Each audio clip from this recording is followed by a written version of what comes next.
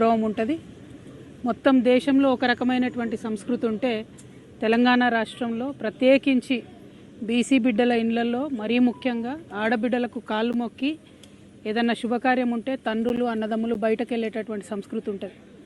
బోనం ఎత్తుకున్నటువంటి ఆడబిడ్డను ఆల్మోస్ట్ అమ్మవారిని చూసినట్టు చూసేటటువంటి ఒక పవిత్రమైన సంస్కృతి మన తెలంగాణ రాష్ట్రంలో ఉంటుంది.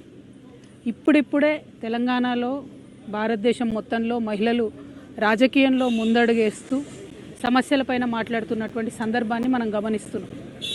మహిళలు రాజకీయాల్లోకి వచ్చినటువంటి వారిని చాలా పరుషమైనటువంటి పదజాలంతో ఒక బాధ్యతాయుత పదవిలో ఉన్నటువంటి వ్యక్తులు విమర్శ చేస్తే మరి వాళ్ళు వచ్చేవాళ్ళు కూడా రాకుండా వెనక్కి తగ్గేటటువంటి పరిస్థితి ఉంటుంది.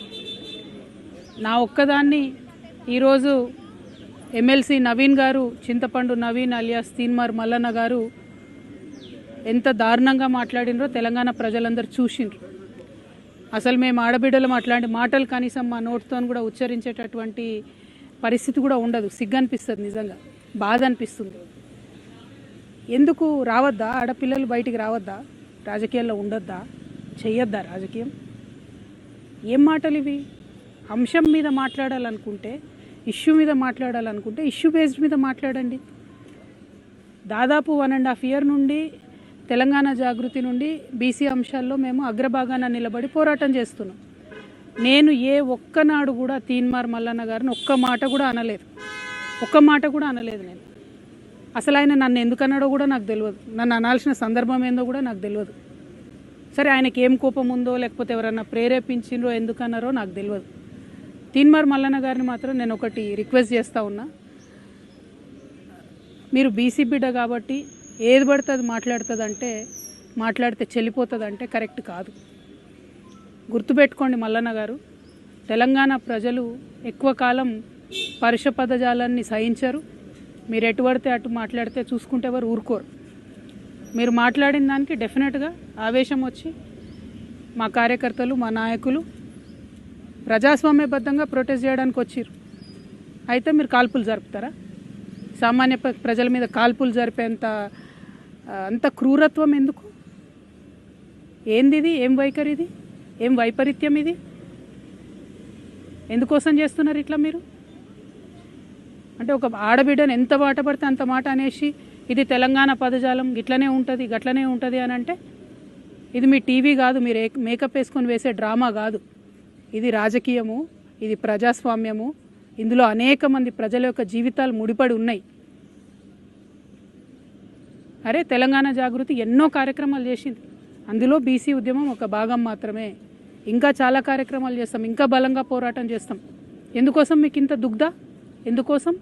ఒక ఆడబిడ్డ రోడ్డు మీద నిలబడి ప్రశ్నిస్తే తట్టుకోలేకపోతున్నారా? నాలాంటి వాళ్ళను కోట్లాది మందిని తయారు చేస్తా ఏమనుకుంటున్నారో మీరు? మేము అనుకుంటే, ఆడబిడ్డలు అనుకుంటే కనీసం ఇంట్లోకి వెళ్ళి బయటకు వెళ్ళలేరు. మీరు ఆలోచన చేసుకోవాలి మల్లన్న గారు. ఎవరి కోసం మాట్లాడుతున్నారు మీరు? నేను ఇవాళ రాష్ట్ర ముఖ్యమంత్రి గారిని కూడా అడుగుతున్నా. ఈ మల్లన్న గారు నిన్న మధ్యాహ్నం ఈ టైంకి ఈ మాట మాట్లాడితే ఇంతవరకు నేను ముఖ్యమంత్రి గారికి ఒక సహచర ఎమ్మెల్సీని ఇంతవరకు కనీసం ముఖ్యమంత్రి గారు మాట్లాడలే. ఆ రోజు వారి కుటుంబ సభ్యుల మీద మాట్లాడితే 2 ఆడపిల్లల్ని, యూట్యూబర్స్ని, జూనియర్ జర్నలిస్టులని పట్టుకపోయి మీరు జైల్లో పెడతారా? ముఖ్యమంత్రి గారు, నేను మిమ్మల్ని డిమాండ్ చేస్తూ ఉన్నా, మీరు తక్షణమే మల్లన్న గారిని అరెస్ట్ చేయకపోతే మల్లన్న గారితో ఈ మాటలు మాట్లాడించింది మీరే అని కూడా తెలంగాణ ఆడబిడ్డలు అందరూ అనుకునేటటువంటి పరిస్థితి వస్తుంది. మీ కుటుంబానికి ఒక న్యాయం, తెలంగాణ ఆడబిడ్డలందరికీ ఇంకో న్యాయం ఉంటుందా? ఎంత ఆవేదనగా మాట్లాడినారు ఆ రోజు అసెంబ్లీలో ముఖ్యమంత్రి గారు. మా ఆడబిడ్డలు అంటారా, మా కుటుంబాన్ని అంటారా అని. ఇవాళ నేను తెలంగాణ ఆడబిడ్డను కాదా? తెలంగాణ ఉద్యమంలో పనిచేయలేదా? తెలంగాణ బీసీల కోసం పనిచేస్తలేనా? తెలంగాణ అసెంబ్లీలో అంబేద్కర్ బొమ్మ పెట్టాలని దీక్ష చేయలేదా? ఎన్ని పనులు చేసినాం, ఎన్ని విషయాల్లో కొట్లాడినాం, ఎన్ని అంశాల్లో మాట్లాడినాం. ఇంకా మాట్లాడతాం. మాకు అవకాశం ఇస్తే ఆడబిడ్డలకి ఇంకా మాట్లాడతాం. ముఖ్యమంత్రి గారు నేను డిమాండ్ చేస్తూ ఉన్నా, ఎట్టి పరిస్థితుల్లో వెంటనే తీన్మార్ మల్లన్న గారిని అరెస్ట్ చేయాలి. బీసీలు రాజకీయంగా చైతన్యవంతం కాకుండా దొరసాన్ల గడిల దగ్గర కావాలుండాలనేటువంటి మైండ్ సెట్తో ఉన్నటువంటి కల్వకుంట్ల కవిత గారు ఇలా బీసీ రాజకీయ పార్టీ రాబోతుందని ప్రకటించిన గంటన్నరలో వాళ్ళ తీన్మార్ మల్లన్న పైన హత్యాయత్నం చేయించిందంటే కల్వకుంట్ల కవిత గారి ఆలోచన ఎట్లా ఉందో మనం అర్థం చేసుకోవచ్చు. కల్వకుంట్ల కవిత గారు ఈ సందర్భంగా చెప్తా ఉన్నా, మీరు తెలంగాణ రాష్ట్రంలో గట్టిగా 1,00,000 మంది లేరు. మేము తెలంగాణ రాష్ట్రంలో బీసీలం 2.5 కోట్ల మంది ఉన్నాం. నీవు మాతో తలగొక్కొని నీ రాజకీయ సమాధులు కట్టుకోకు. నువ్వు రాజకీయం చేసుకో. మీ నాయన మీద కోపం ఉంటే, మీ అన్న మీద కోపం ఉంటే వాళ్ళ మీద ప్రదర్శించు. అంతేగాని మా తెలంగాణ కవిత గారు మర్చిపోయిర్రా? పరకాల కాడ, బైరాన్పల్లి కాడ మా బీసీ బిడ్డలను బరివాతల బతుకమ్మ ఆడిపించిన జాతి కదా మీది. మా బీసీ బిడ్డల ఆత్మగౌరవం కోసం పోరాడుతున్నటువంటి మా పైన హత్యాయత్నాలు కూడా చేయిస్తావా? మా పైన దాడులు చేయిస్తావా? ఖచ్చితంగా దీన్ని ఎదుర్కొంటాం. ప్రజాక్షేత్రంలో కల్వకుంట్ల కవితను రాజకీయంగా సమాధి చేసి తీరుతాం. అలాగే ఈ దాడి ఏదైతే జరిగిందో నా పైన కాదు, నా అనుచరుల పైన, చాలామంది పైన దాడులు చేసిరో దీనికి తప్పకుండా న్యాయస్థానాల ద్వారా వాళ్ళకు శిక్షలు పడేలాగా మా వంతు ప్రయత్నం చేస్తాం. తెలంగాణ రాష్ట్రంలో బీసీ ప్రజలారా ఇది జరుగుతుంది. ఒక్కసారి బీసీల పార్టీ అంటేనే వాళ్ళ గుండెలు అదిరిపోయి హత్యాయత్నాలకు దిగుతూ ఉన్నారు. ఏది ఏమైనా మా ఆలోచన, మేం చేయబోతున్నటువంటి రాజకీయం ఖచ్చితంగా చేసి తీరుతాం. ఎవరికి తలవంచం.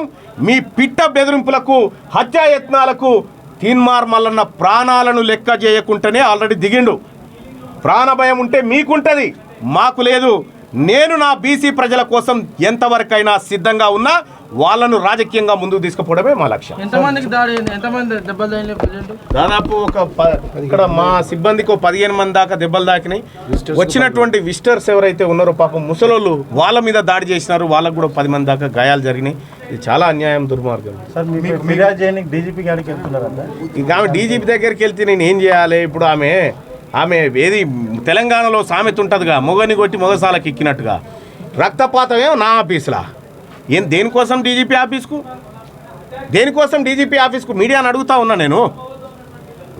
మా పైన హత్యాయత్నాలు చేసి డీజీపీకి ఫిర్యాదా? చూస్తాం అది కూడా. సార్ మీకు కూడా చేతులు గాయాలైనాయి. ఇగో నా పైన దాడులు చేసిరు, గాయాలు జరిగినాయి. మా సిబ్బంది పైన కూడా గాయాలైనాయి. చూస్తాం దీనిపైన.